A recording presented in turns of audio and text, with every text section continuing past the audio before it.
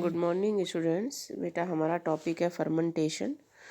Respiration के अंदर fermentation anaerobic oxidation का इनकम्प्लीट ऑक्सीडेशन है ये, जिसमें ग्लूकोज का इनकम्प्लीट ऑक्सीडेशन होता है without oxygen, that is known as anaerobic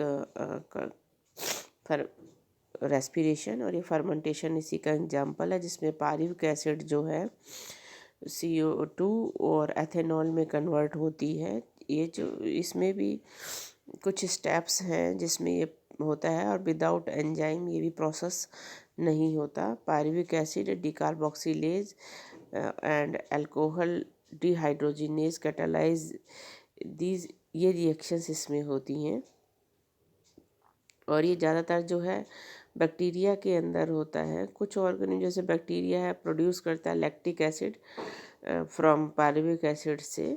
और ये जो हम एनिमल्स में देखते हैं, जैसे मसल्स में है क्रम्स होते हैं, जब ऑक्सीजन की कमी हो जाती है तो लैक्टिक एसिड बनता है। और फर्मेंटेशन जैसे ये बियर वाइन वगैरह बनती है, इनके अंदर जो है ये फर्मेंटेशन होता है, जिससे कि अल्कोहल बनता है। इसमें जो NaDH2 जो है कि वो यूज़ होते हैं, और इसमें हमें एनर्जी बहुत कम मिलती है। जैसे अब देखो ग्लूकोज से ये दिख रहा है हमें, ग्लूकोज से हमारे यहाँ तक जो है पायरुविक एसिड बनने तक तो ये ग्लाइकोलाइसिस का प्रोसेस है। यहाँ पर हमें ग्लाइकोलाइसिस में दो NaDH मिले थे, NaDH2, क्योंकि दो मॉलिक्यूल थे। ग्लूकोज का एक था, पर ट्राइहाइड्रॉक्सी उसका दो मॉलिक्यूल हमें मिलने थे। तो जो दो मॉलिक्यूल हमें पायरुविक एसिड के मिलते हैं, तो पायरुविक एसिड से लैक्टिक एसिड एनिमल्स के अंदर जब बनता है, जबकि ऑक्सीजन की कमी होगी, तो ये NaDH2 यूज्ड हो जाते हैं।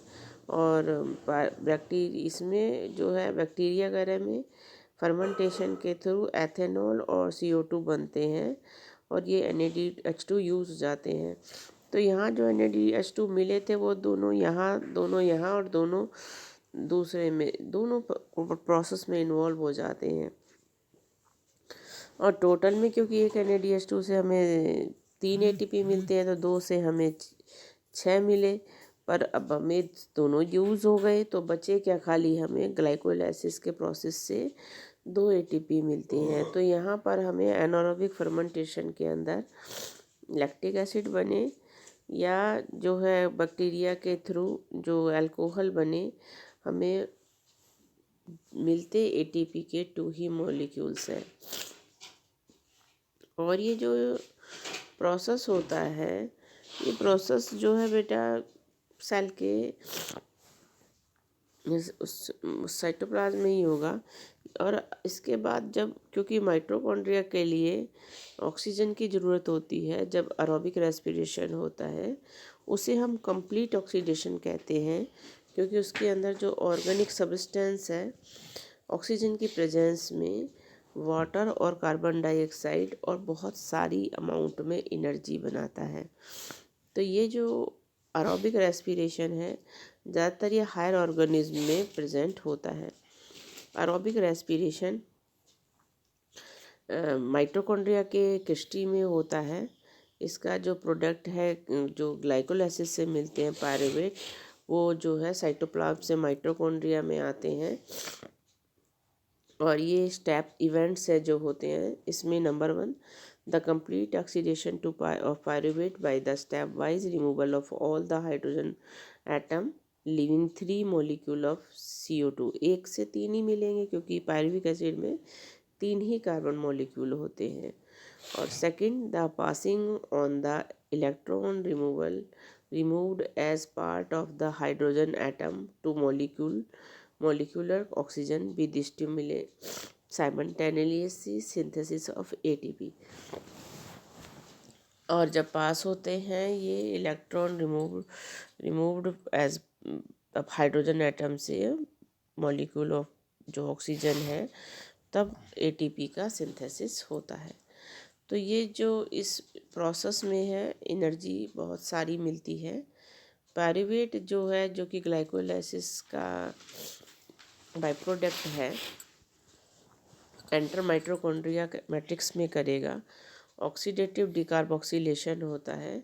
और ये ऑक्सीडेटिव डिकार्बोक्सिलेशन से, जिसमें कि एंजाइम की प्रेजेंस में होता है, और ये कैटालाइज होता है पायरुविक हाइड्रोजिनेज एंजाइम की प्रेजेंस में, जिसे हम ऑक्सीडेटिव डिकार्बोक्सिलेशन कहते हैं, जिसमें पायरुविक एसिड को एंजाइम ए और NAD का यूटिलाइज करके in the presence of magnesium ion and pyruvate hydrogenase की प्रेजेंस में दे कन्वर्ट इनटू एसिटाइल को enzyme A carbon dioxide and NaDH2, यानी कि एसिटाइल को एंजाइम ए मिलता है, कार्बन डाइऑक्साइड मिलता है और NaDH2 एनर्जी मिलती है। इसीलिए इसको हम ऑक्सीडेटिव डिकार्बोक्सिलेशन कहते हैं। और ये जो है, इसके बाद जो एसिटाइल को एंजाइम है, ये बहुत सारी एंजाइम्स की प्रेजेंस में और बहुत सारे स्टेप्स के थ्रू एंटर करता है, जिसे कि हम क्रेब्स साइकिल या ट्राई कार्बोक्सिलिक एसिड साइकिल कहते हैं। क्रेब्स साइकिल इसलिए कहते हैं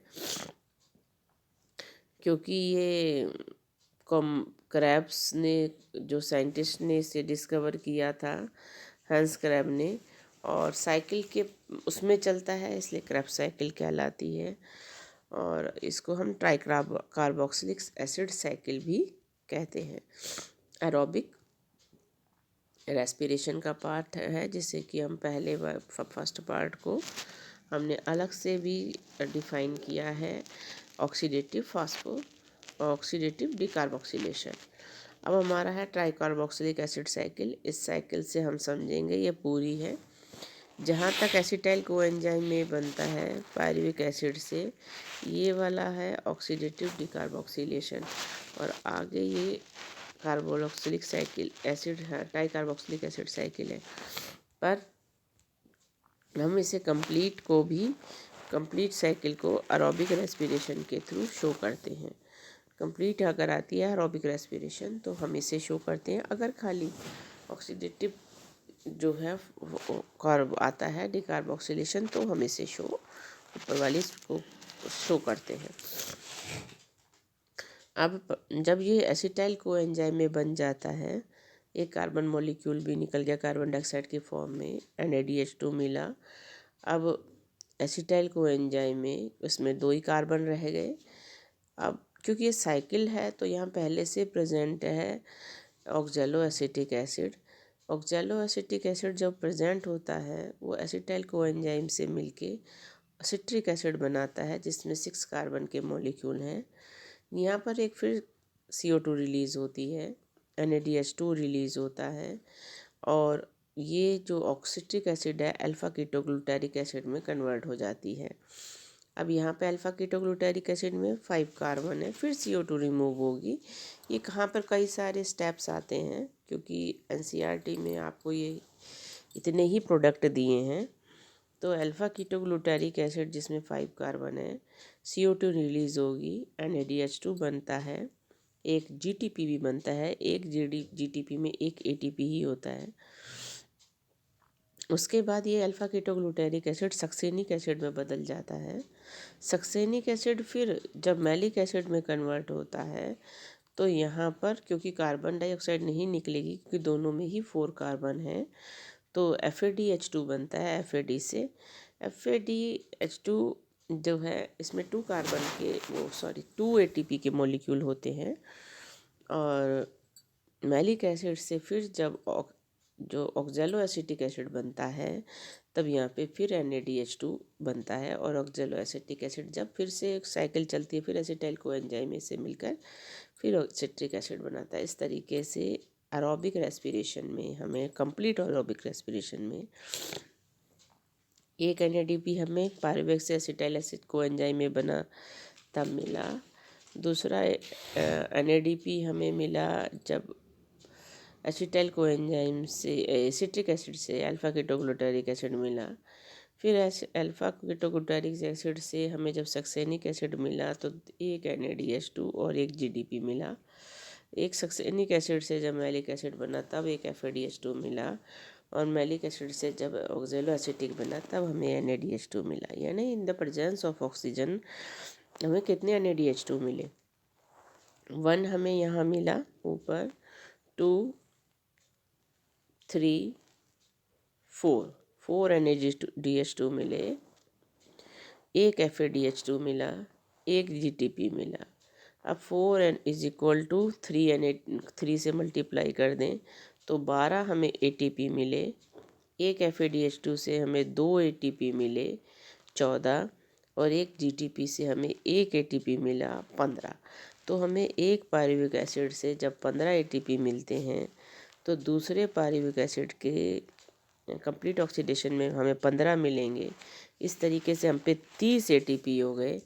30 ATP के साथ हमें क्या मिलेगा भाई? ग्लाइकोलाइसिस से भी 8 मिले थे, टोटल हमें 38 ATP मिलते हैं इन द हमारा एरोबिक रेस्पिरेशन में या ग्लूकोज के कंप्लीट ऑक्सीडेशन।